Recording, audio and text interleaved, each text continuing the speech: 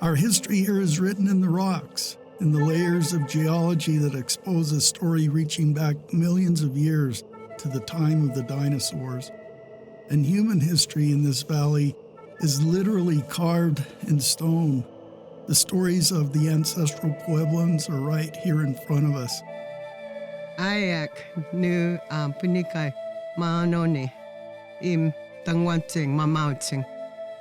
Ayak imi pitch ivanto tuvipur nuni tuvip. Nu kaiveting siviting mamauchung. Nu kanikant maba. In the mid-1800s, Euro-American explorers and settlers encountered the Southern Paiute, a peaceful people of the land. They lived in small family units that formed bands with shared language and culture. When we talk about beginnings, the Paiute people are our connection to the original stories of this place. In the 1860s, Latter-day Saint pioneers arrived in this valley to start a new life.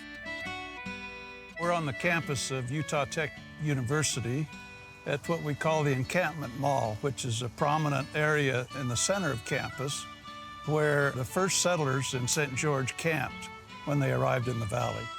Well, my middle name is Erastus, and my great-great-great-grandfather led the expedition to St. George in 1861. He was tasked to head up the Cotton Mission, or the Southern Utah Mission, and Erastus headed up the group that settled St. George. Brigham Young began to look at how those folks could colonize throughout what became Utah, but it happened because of his amazing organizational ability. I give a lot of credit to the university for saving this spot and recognizing it as an important part of the history of this valley. Where I'm sitting right now is right in the heart of what those original pioneers to Southern Utah called the adobe yards. But it was also the place where they first camped when they came over the Black Ridge and came into this valley in November of 1861. We're sitting right where those original 309 families came, and on the monument behind me are the names of all of those families that came here. It's an amazing thing to go down that list and to consider what they might have been thinking when they came here, how much courage it must have taken for them to come and to start a community really with nothing except what they could fit in their covered wagons. Well, this really was a remote outpost. This was 350 miles from Salt Lake City on the old wagon trail. You had to either take with you what you needed, or you had to be able to find it when you got here, and there wasn't much here. It was just a meager existence when they arrived here. This is where they came together with all their dreams and hopes to build a community here, and they did it in the most difficult of circumstances. From the moment they got here, it was a question of where do we get our water? How do we get enough water? It's the exact same question that we continue to ask today. They were praying for rain, but it didn't rain, and it doesn't rain much here, as we all know. But on Christmas Day that year, it started to rain.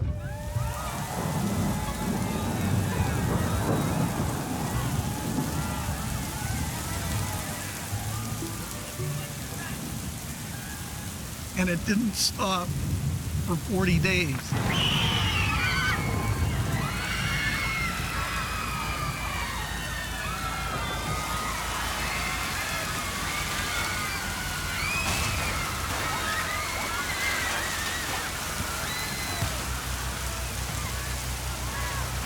And those 40 days of rain created so much flooding and so much havoc that it nearly washed them out of the whole valley.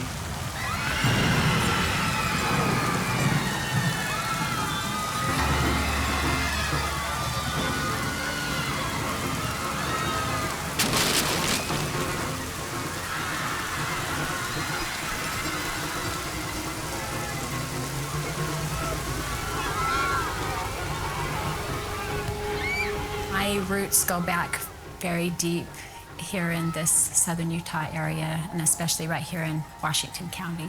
Water was always an issue here, either not enough of it or far too much all at once. All we heard from those ancestral stories was just survival to settle this, what they said was God-forsaken land. They found out immediately what a complex situation they found themselves in.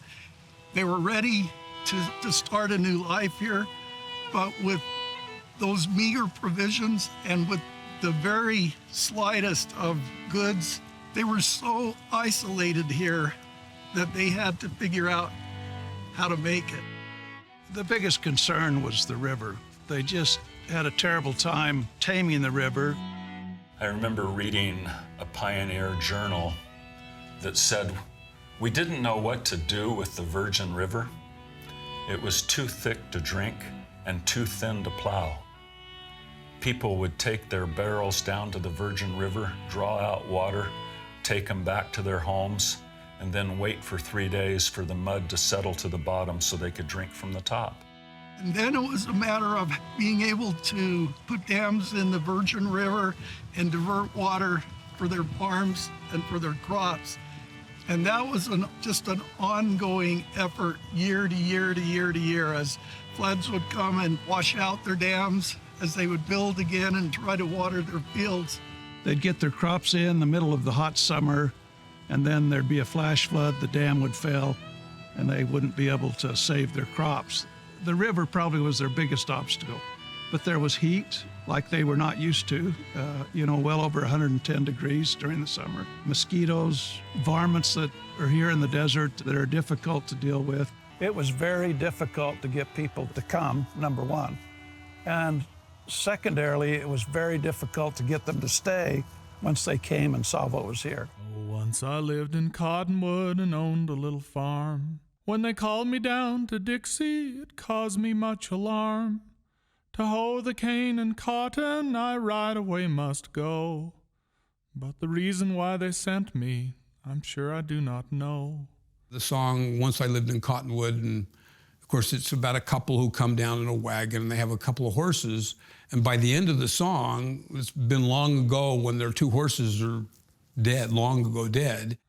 My wagon went for sorghum seed to make a little bread. And poor old Jim and Bolly long ago are dead. There's just me and Betsy left to hoe the cotton tree. May heaven protect the Dixieite, wherever he may be. I am fortunate to have come from original pioneer ancestors who settled this area. I am so grateful that they had the vision of what this area could become and what it has become. It required neighbor to help neighbor, community to come together.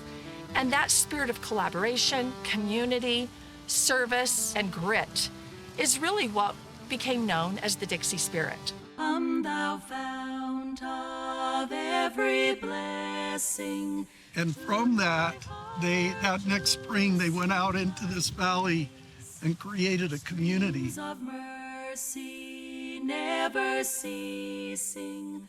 It was a group of farmers and horticulturalists and butchers and bakers and candlestick makers, artists and musicians. And you could just about name everything you would need to build a community. The mount I'm fixed upon it. Brigham Young referred to it in a letter. He called it Utah's Dixie back in the 1860s. It was a convenient way to describe why this community was established.